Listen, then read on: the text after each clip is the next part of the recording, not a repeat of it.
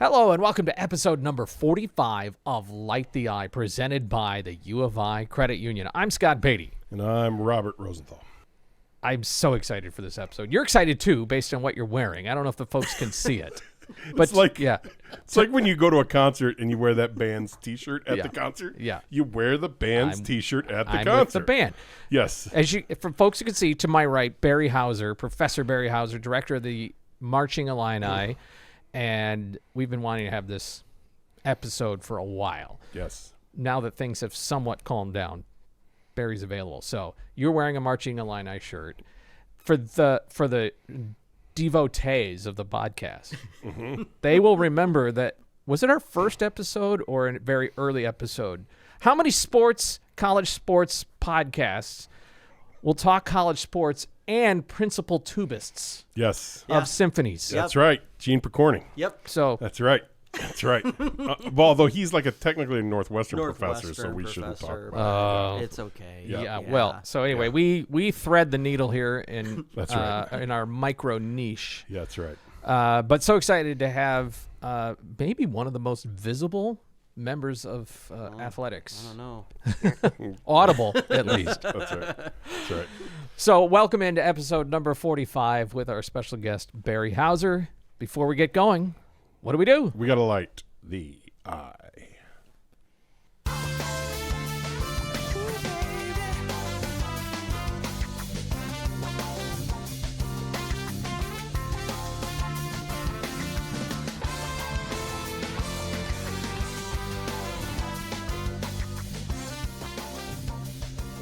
All right.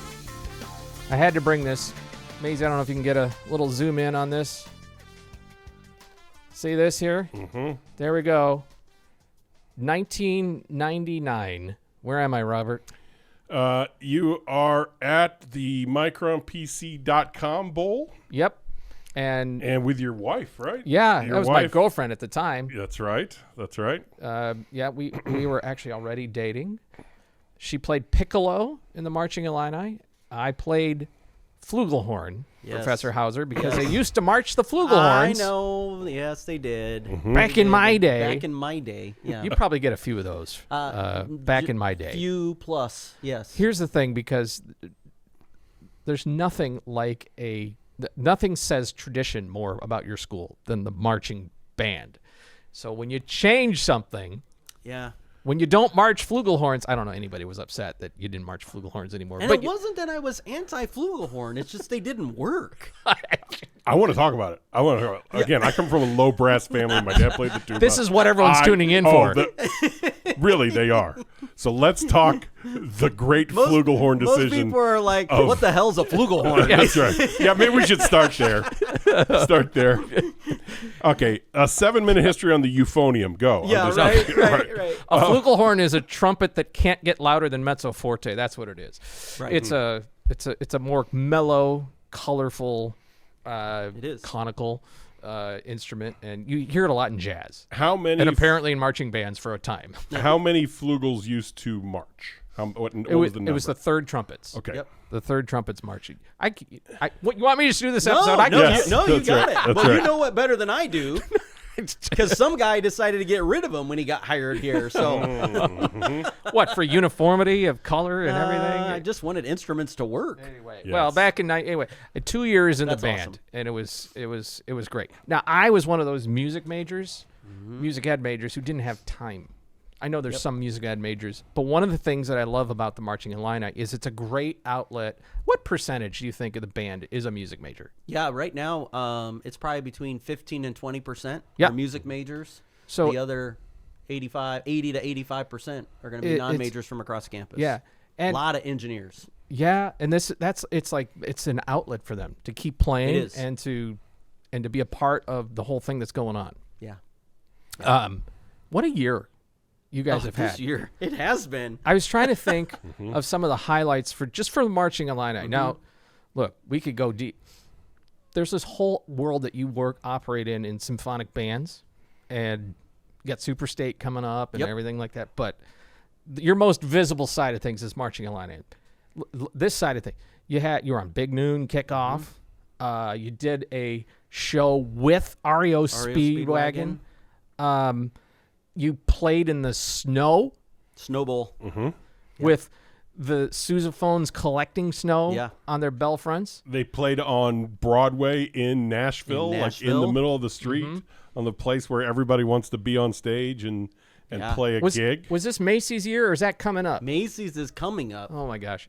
Yeah. Then somehow you had the bowl trip, and then Big Ten tournament. Yep. And NCAA postseason runs. Yep. And in between, you took a band to Ireland. Yeah. And now the cherry on top is being Unlike the Eye. Yes. Right. It's been a How to build-up finish all the off. way to this. That's right. That's right. It's so funny. Brad Underwood said something similar. See? Smart guy. Yep. Smart guy. What was it that what was the highlight of all of this for you? I mean, I know it's hard to say, but like you have taken students around the world this year and to so many different destinations during the basketball run and the bowl game. What do you think is the highlight? What sticks out to you? Boy, it is difficult. I mean, I think part of it, I've shared with our students that and this is not because of just the success of athletics, but I'm like, there will not be a time like this possibly ever again. When you look at what our freshmen specifically, this is their first experience, and they're thinking, well, this is what it always is like. Yes, and I'm like, yeah, let's get used to this. But, the fact that Ireland happens every 4 years, and then Macy's is coming up in November, we will never have anything like this to where you've got that bowl game experience, the run of both men's and women's and NCAA, the trip to Ireland, Macy's, all of those things. It's never going to happen like that ever again. So, live in the moment, be present is a big part of that. I think the other part that has been, there's probably two sides for our students. Obviously, the bowl trip, those that were on the Final Four were just huge things for the students to experience. I was talking with a guy that does a similar thing that I do at North Carolina. And, their basketball program, they kind of know how to do the whole Final Four thing. Sure, yeah. And looking at that, and he said, Barry, more than anything, just make sure that you enjoy this as well. Because there's not a lot of us that get to have this type of experience. Yeah. And, it kind of like took me by surprise. I'm like, what is he talking about? And then you get there and, to show up to the open practice and see all of that orange in Lucas Oil. And I'm like, we have all lived through some dark times. Yes. And I remember a number of times where we didn't have a lot of people showing up to games, and you still put your supportive face on and you go out there and you play as best as you can to support the team. But it just was one of those moments for me personally and in my career. It's just like, this is what it's all about. And no matter what happens, and I know there are people disappointed with the outcome, but like, we've got to look at it from the perspective of, look at this journey and look at this team that was so much fun to watch play.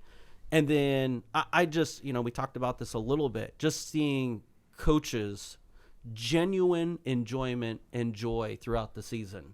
I was elated for him. I looked forward to every press conference that he shared, just because of what he was thinking in that moment.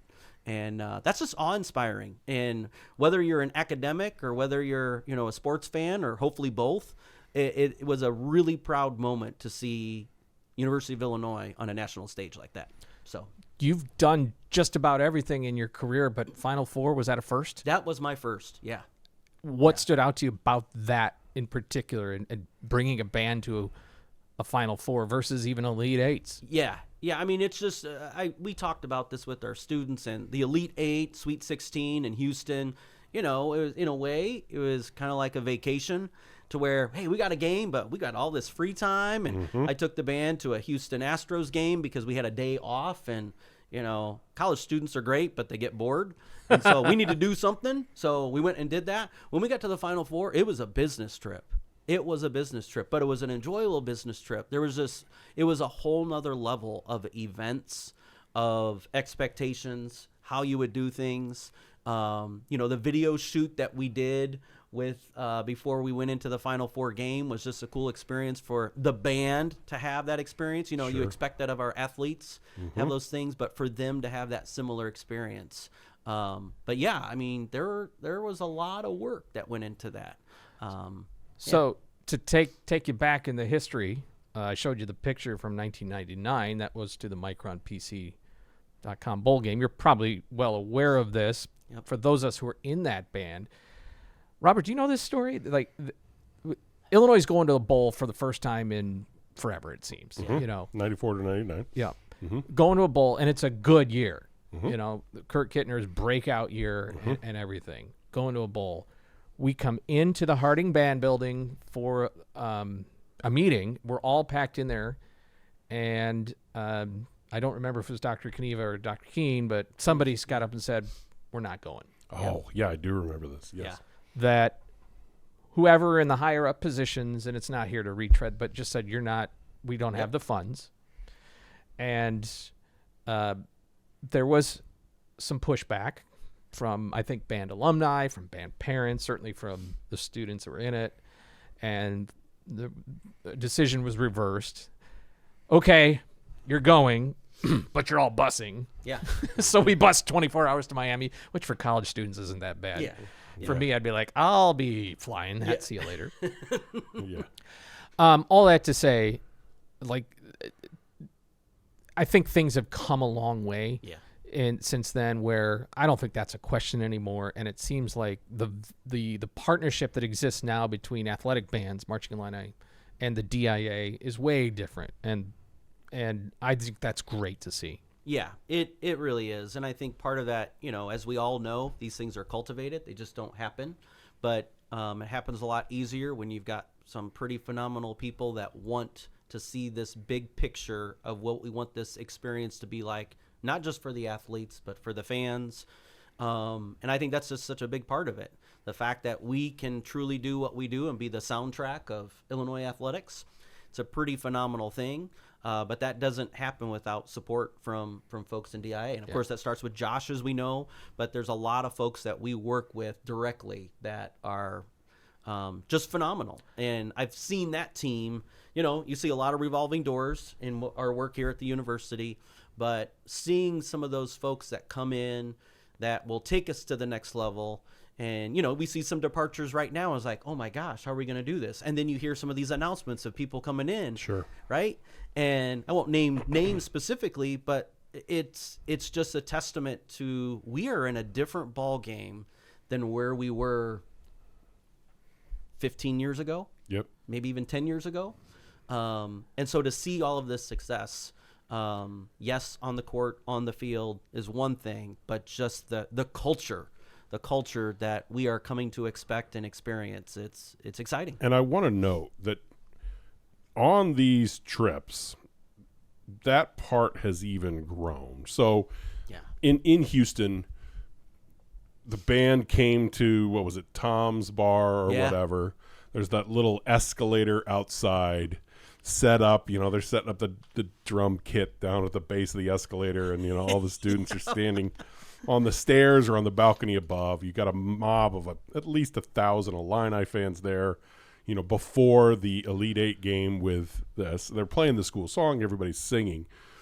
Like, that level of thing. I've had the website 17 years. That level of thing in the last 5 years has increased.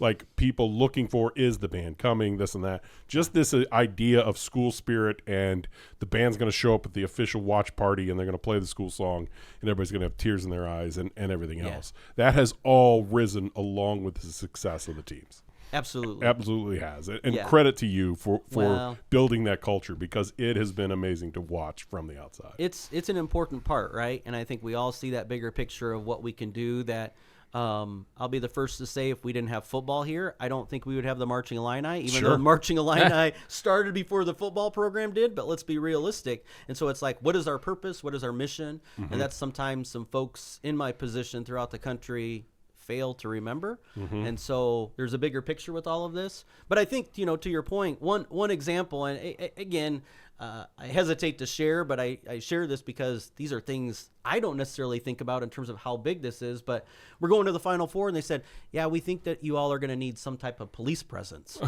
And I'm like, what? Yes. Like, what? Why do we need police presence? It's Elvis. It's right, Yes, right. That's right. And then, Some people don't know you don't mess with the band. Right? That's right. And then we get there, and I realize, oh my gosh, thank goodness we've got some police presence. Yes. Yes. Just a number of people coming into the hotel, hanging out, and waiting for the team, and it got crazy.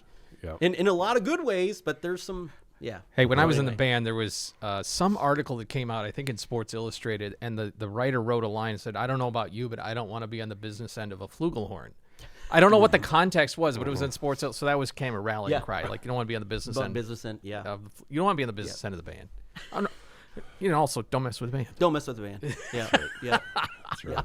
This is maybe things coming to an end for this academic year and the sports season, but you don't just show up in August and go, okay, what are we gonna do for some halftimes? Like, what is being done now-ish that we will see and hear at homecoming, for example? Yeah, I mean, I think in a lot of ways, and in talking with a lot of our coaches, our lives and paths to what we do are pretty parallel.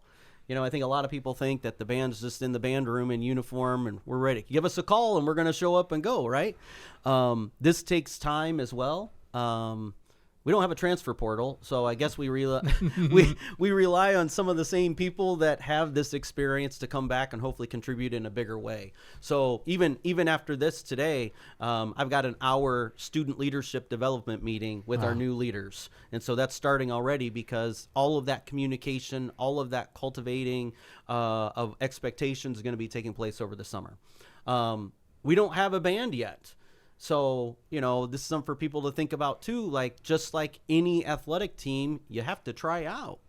And so when we look at this right now, we're just north of 700 new video auditions that came in for this year's band. And we have about 300 students returning. So our pool of candidates, and I know people out there are like, well, why don't you just take everybody? That would be great, but also not. Writing drill for 700 and just the money that would entail. So going through all of those videos, our drumline set, the Illinettes are set, the guard is set, our section leaders are set, but the woodwinds and brass, I'm working through all those videos right now. And with May 1 being the deadline for the university, and there's some folks that are on a wait list, so we're waiting on those wait list confirmations to be taken care of as well. So so we're literally building the band right now. One of the things we like about where we are here in the Armory is these are pretty thick walls, but right outside here, when the weather's warm enough, we have heard through our headphones, through these microphones, we've heard the drum line working. Percussion, drum line, and that dang Dr. Beat with their speaker. Yes, yep. Love it. Yep. No, it warms our hearts. It's because A, it means the weather's warm enough. Yep. And B, it's the sounds of the Marching Illini and all the things that go with that. Yeah. You still warm up in the Armory? We still, and part of that's history. Our history dates back to being under military science here in 1868. So as we know, Illinois Industrial University opened up in 1867, and the first several students started the first beginnings of Illinois bands that spring semester. And the whole purpose was to basically play for military review for ROTC. And athletics was under military science. There wasn't a school of music or anything like that. So a big part of that is we don't talk about this a lot. We don't proclaim this a lot, and it's not because we're embarrassed. It's just this is who we are. And so very adamant about making sure every game day we start in the Armory to kind of tip of the hat to our history. Great. I had no idea. Yep. I just thought, well, it's a space right next to the band building that can hold everybody. Yep. It's got a dual purpose. Got a dual purpose. Yeah. In many ways, it'd be a lot more convenient just to meet at the stadium. But, we'll have practice in the stadium, walk back to the band building to eat lunch at 9 in the morning sometimes. Not a lot of those these days, which is great. Then go back for Illini walk and then walk back in the Armory just to be able to parade and do march out to the stadium. I'm curious how many I bet people don't really know that the history of, we'll call it the marching arts, is in military. Yeah. So I'm a huge drum corps fan. You and I have talked about this before. I'm sure you have a bunch of students heading off to various drum corps this summer and everything else. And that was a VFW activity. I mean, it was straight. It grew out of VFW military. The Marines still have a drum corps, drum and bugle corps, and all of that. And that's really the history of, I mean, when you think of Revolutionary War and the fife and drum and all that kind of stuff, there's a thread that leads from that to the Marching Illini at halftime. And I don't think people really fully know that. Yeah. No, it's a really good point, and that's why there are certain elements that you will see both on the visual side of the uniform itself. This last uniform that we did a couple years ago has a piece of the uniform that has been here since that first one back in 1868. And so, it looks so modern, but you'll see there's a Illini on the shoulder that will be that remnant that was there from that uniform, and the buttons going down the center, looking very much like that military jacket that ROTC wore at that time.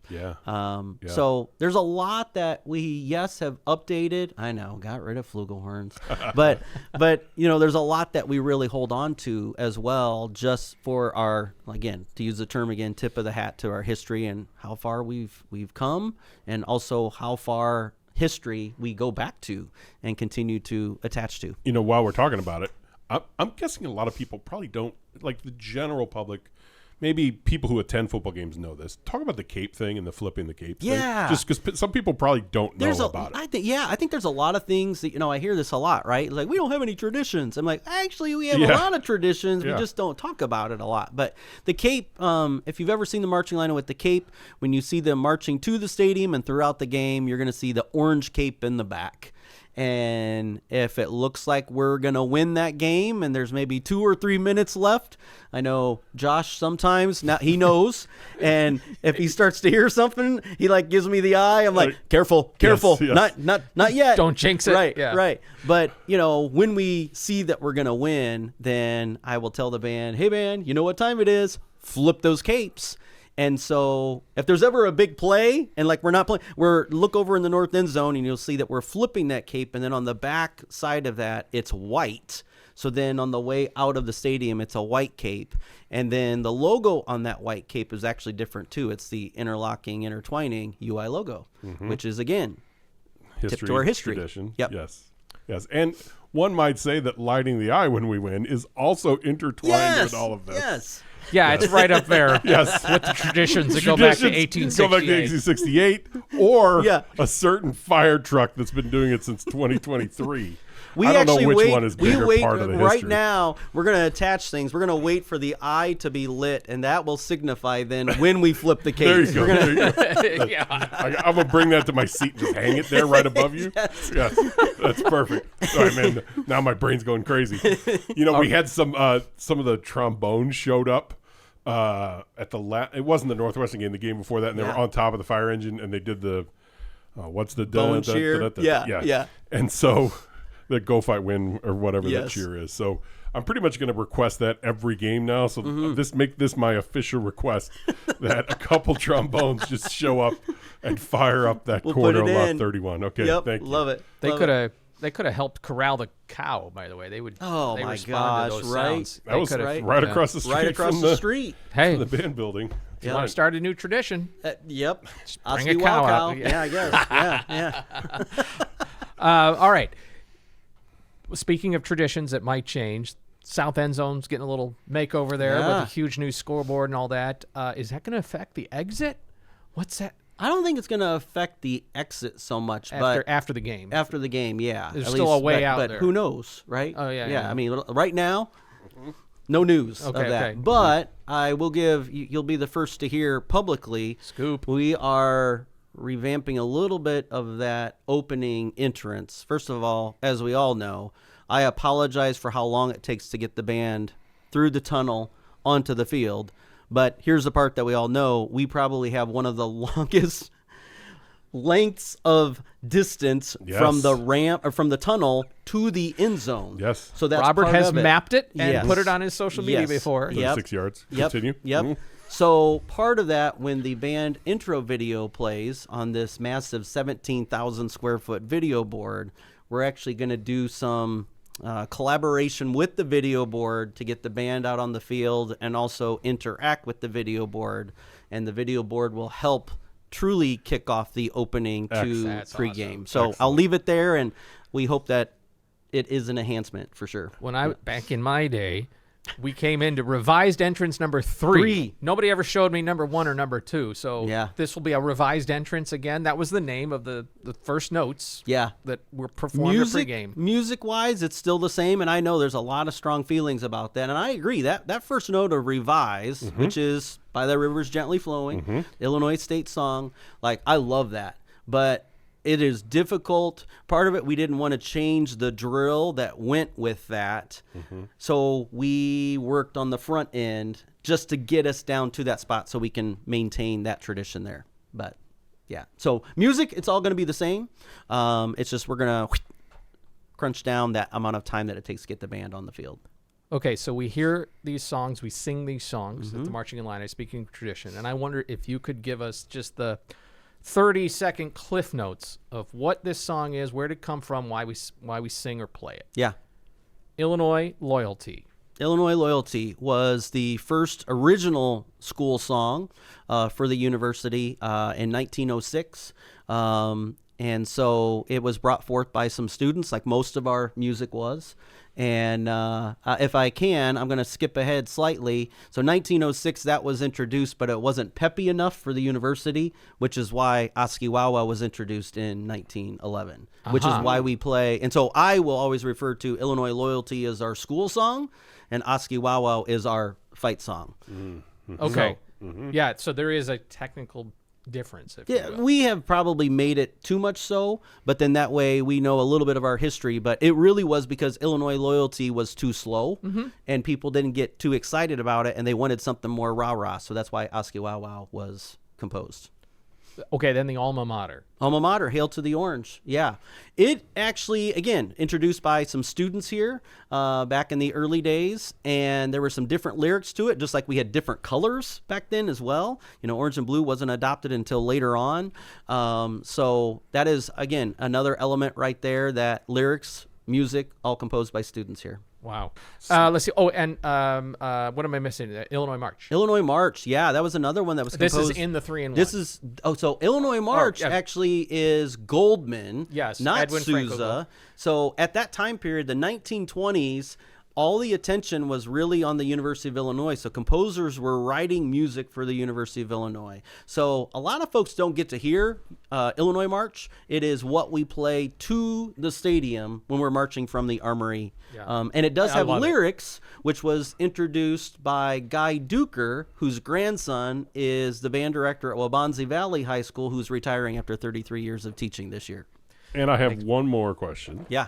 What is, and again, I'm a former drumline guy in high school, so the cadence. Who wrote the cadence, and how long has it been the cadence? Yes, well, a local guy here now, Russ Weber, wrote a good portion of the actual parade cadence. The first part that you hear is called Long, and he's the one that first introduced that. It was kind of a controversial time because when Gary came on board, there was a percussion professor here, and Gary basically said, we don't need your services anymore to the percussion professor, and realized he had a really talented student in the band, drummer, and wrote really well, and said, hey, can we do this? And it has been with us. So what's interesting, he was in the corporate world for a long time, came back, moved to Mahomet. He's been here for many years, and now he's working with the drum line at Mahomet Seymour High School, and great. Still comes out and supports the drum line in massive ways. So that is great. Yep. That is great. Our producer, Macy, is back there behind the monitors. This is actually her last show. We celebrated her last show. On our last episode, we celebrated her. She's going to go be covering the Hawkeyes. But we're not holding that against her. Yeah. She's Sorry. off the world of sports journalism. I know. But go ahead, Macy. Yeah, well, first of all, huge fan. I've told you this before, but my roommate's in the Illini, so part of the band. So a fun fact about me, I think I've told all of you guys before, but my 21st birthday present from her was a signed headshot of Barry Hauser that says, Happy birthday, Maisie. Yes. Oh my gosh, Maisie, I'm sorry. No, I am so love sorry. it. I is asked awesome. for it. I kind of said it as a joke. Like in my time in school, I want a signed picture of Barry Hauser. Yeah. And I did not expect her to deliver that soon. So thank you for that. Is first it of all. on the wall right now in your apartment? Where? Oh, yeah. Okay. Yeah, we have a Part of your NIL deal? Yeah, we have a whole Illini shrine area of things we've collected throughout the years, and that is Perfect. right there. I meant to take a picture before I left, but totally Well, blanked. before you go and visit our Hawkeye friends, I've got a great colleague there, Dr. Eric Bush. So before you go, I want to make sure that I get you set up. This was not my idea. This was the NIL store and our friends at Campus Inc. There's a Barry Hauser is my dad t-shirt or sweatshirt. No way. So I'll make sure that I get you one of those before you go. That would be amazing. Okay, all right. I would absolutely love that. Okay, Thank you. game on. Game What's on. the origin of that? It is not me. Well, I know. It's for those Yeah. that don't know, in one of the Stan songs, Yeah. there's a chant. Is it during Runaway Baby? Runaway Baby. Yeah. Yep. Yeah. Barry Hauser is They my also- dad. Barry Hauser is my I dad. still don't Did know you- how to respond to that. There had to be a first when that Yeah, happened. though. I And mean, you- it's did like, you like go, it's what, like what? all Who things said- in the band, and Yeah. it's like, telepathically, they all just like get on this, I mean, Crush says it. They do. I'm They sitting do. in front of Crush every basketball Yeah. game. They but say like, during Runaway yeah, Baby. it started, it filled in right there, and it has stayed. Well. So I don't know. It just goes to show. I mean, I don't even know how to respond to it. after probably a couple of head coaches, you might be the most visible person with this university. It's I'm sorry. There was a I think it was in Houston during the Iowa-Nebraska game.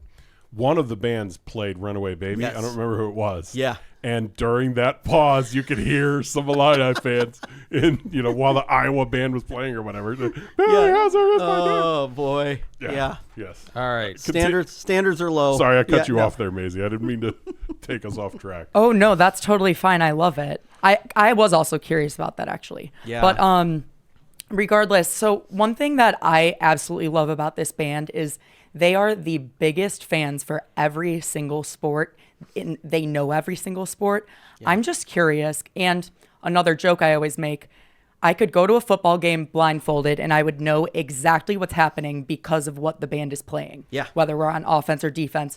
How do you get, especially these newcomers, trained to know these sports and know we are playing this, then you have to be ready for that? How does that go? Yeah, thankfully there's a lot of repetition, right? It's just like running plays for any sport and so forth. But during preseason camp, which is a lot like training camp for all of our athletes, we will actually go to the stadium.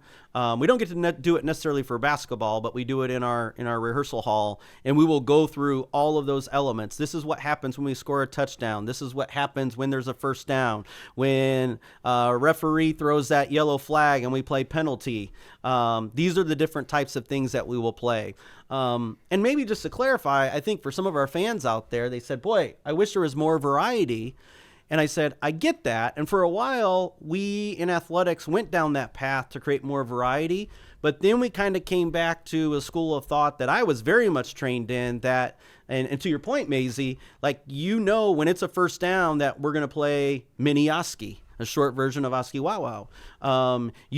That if it's going to be this down defensively, this is what we're going to play. So I think that's a really important part. That way the crowd has the Pavlovian response. Cheer right? here. That's the hope. Yeah.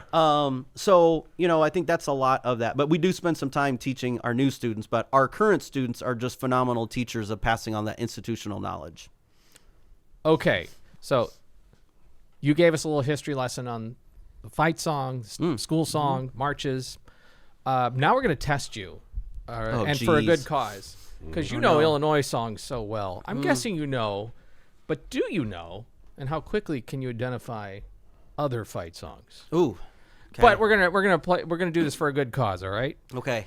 On the spot. On the spot. Yes. Last episode, Macy shared about a cause for her roommate who's battling cancer. Yeah. And raising money for it. Yep. Okay. So we'll put a link here in this one episode also for it. But for every answer you get right,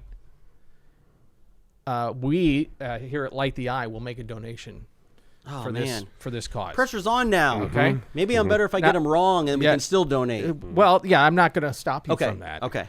Okay, so I hopefully see. Here's the problem: is I don't have them labeled. So, So he could just say anything. I could say anything. I know. well, I'm going to someone. know most of them, some of them, but I had them labeled. But the way they went into this player here, so hopefully I recognize what they are. So, Okay. but try to buzz in quick. Okay. Like show us what Yeah. you got. This is our name that fight song. This is the theme. Okay. Got it. Can't play this too long. Yeah. Copyright. All right, this is my fight song. All right, ready? Name this fight song. I'm going to get the volume up here.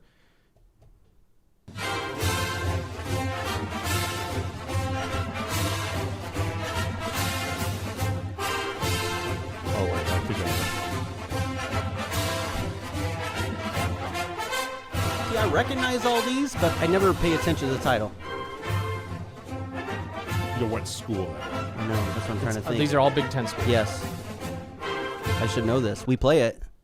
That's gonna I know that because it was played in my ears so many times at the Rose Bowl. That's USC. USC. Right? Fight On. Fight Yes, on. yeah. Yeah. All right. I actually don't know which ones because I don't have the labels in Oh, front of me. I hate that one. Yeah.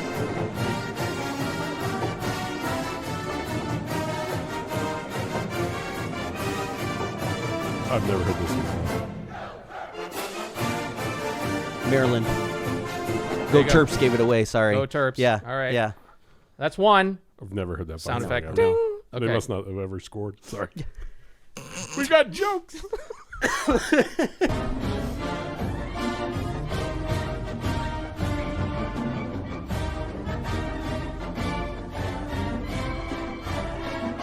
Again, recognize it. I recognize it. I don't know.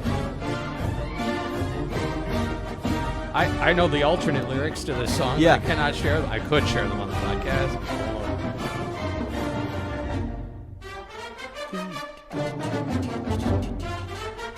Nope. Can I put out a wild guess?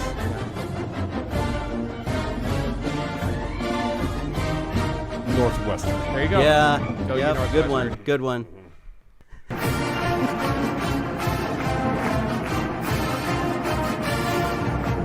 This one Indiana. Gotta let them play this year. Yep. That's the worst. That's one. 2. Ding. Okay. It's just not memorable.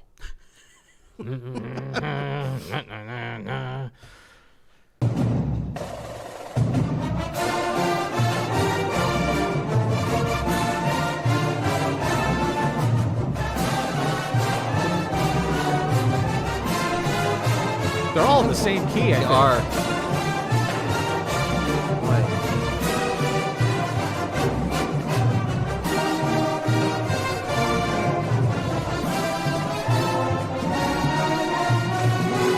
Minnesota? No, Penn State. No. I think think it it's Rutgers. Was that Rutgers? We'll come back to that. We probably That could should be. know. That if we're probably gonna- is. That probably Well, is. again, I don't Rutgers. have it labeled Yeah, here. I bet that is Rutgers. Oh, jeez. Stop it. Talk soon. about Michigan. repetitive. You'll hear that Yeah, 100 I know. times. I know. Next time you go there. All right. Okay. Yes. You got it again. It's another $77.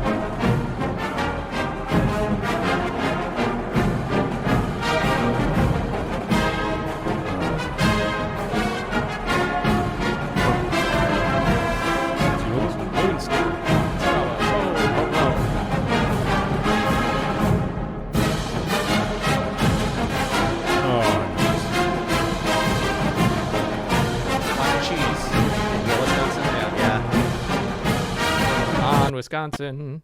It was also the fight song of Crone Middle School.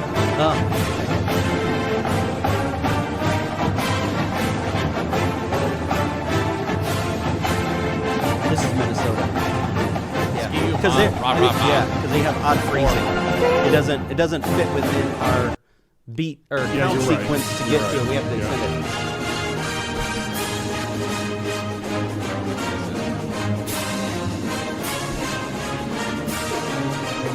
This has to be Pac-12. I believe so.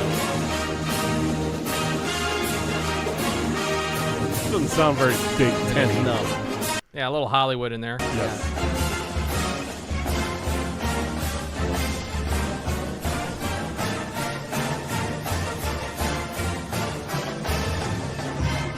Purdue. I'm surprised.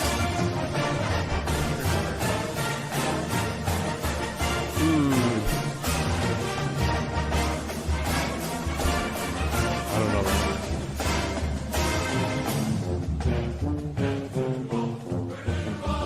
Yep. There it yep. is. There it is. It sounds like the long way to Tipperary. Yes. 6.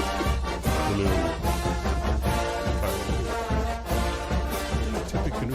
Tippecanoe. I don't know what this is. That's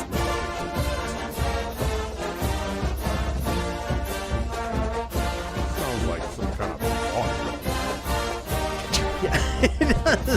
ACC. Yeah. Has to be Washington, Oregon. It is not Oregon.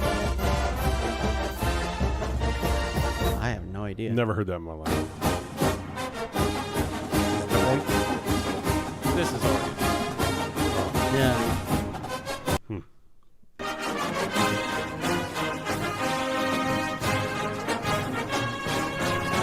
Yeah, you should know this one. You got it? There was a point in your life when you might have been hearing this a lot. Yeah, I know. I don't want to talk about it. Okay. What is it? Ohio State. Oh. So you knew Weird it. that I know Michigan. yeah, so I knew well. right away, yeah. Michigan State. There we go.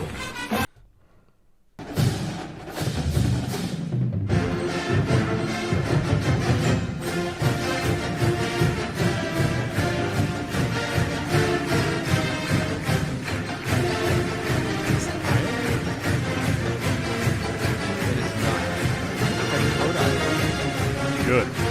Take that, Macy.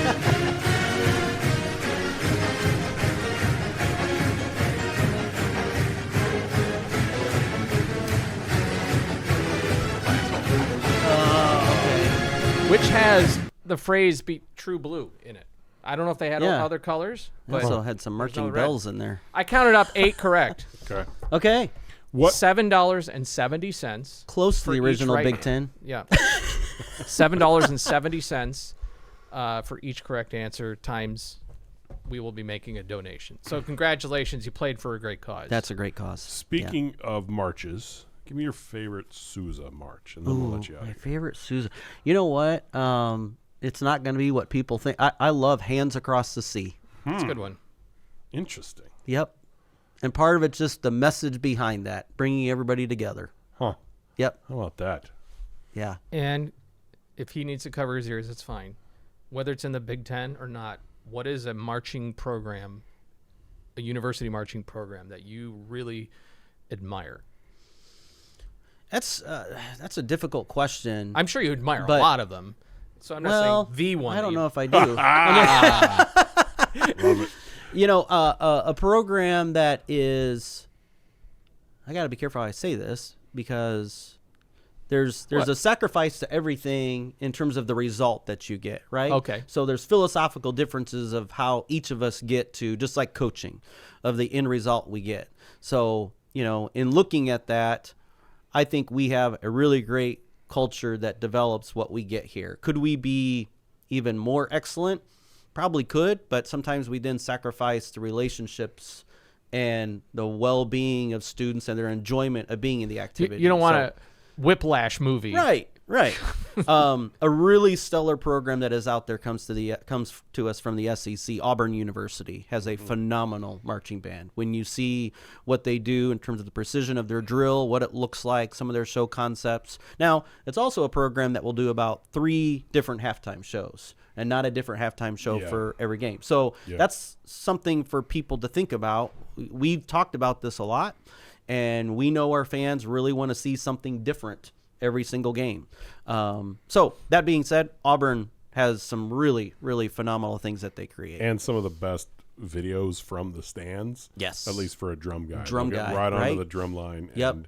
and do their cheers in the stands. And Yeah. that's something else. Well, it makes sense. They got orange and blue in their color scheme. Well, right. Yeah. No, they're phenomenal. And their director's just a great guy. So, yeah. Well, I can say this. Amongst the band world, the collegiality is way different than the we want to beat your team stuff, you know. Yeah. And I was riding Than me no longer talking to Maisie because she's going report on Iowa. Yes. I was riding down the elevator at the hotel for the Music Bowl, Yeah. Music City Bowl, and I so happened to be in the elevator with the director of bands from the University of Tennessee. Yep. And he couldn't have spoken better about you and his regard for you. And I know, because I talked to you later, I know that was reciprocal. So it's just a whole different. When you guys actually get together, you're cheering each other on. Yeah. And Yeah. it's even at the Final Fours or Big Ten tournaments and everything. Oh, it's, you yeah. know, band kids. There's a universality to music, and I get goosebumps here just going back to the discussion we had about, you know, does it belong and all that, because in this era now where we're going to have a giant scoreboard, which I think is great. Yeah. Don't mess with the band, because music is so powerful. Yeah. Not just for sports, but for a whole thing. We can philosophize about that, but Yeah. And it is the one thing that sets a college football game apart from a NFL game. Yep. Like, Yeah. it is such a bit, you know where you're at. You know what it feels like. It feels like a college game because the band is there. Yeah, it does. And, you know, just the pageantry and tradition that goes with that. It's a pretty – I get asked a lot because people keep looking at this job as like a young person's job. And I'm like, well, geez, what are you saying if you're asking me this? I'm no longer yeah. So, but, you know, when are you gonna go and become a director of bands or do this? And I'm like, why would I want to do that? Like, I get to work with awesome college students. I get to work with, you know, so many people across campus and within athletics. It's a pretty phenomenal job. I feel pretty honored. and you get to be on Light the Eye. Absolutely. I've been wanting to do this for a long time. We have. And glad we can make it work. I know you have a long walk back to the Harding Band Building, and you got to get some student leaders developed here, so we should let you go. Thank you for hanging with us. Really do appreciate it. And again, in the description for the episode is a link if you'd like to donate as well for a good cause. One more. Macy, thank you so much. Best of luck.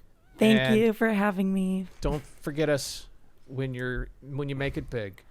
Thank you. I'm more concerned about Robert forgetting me for going to Iowa. So I'll keep him grounded there. Thank you. Okay.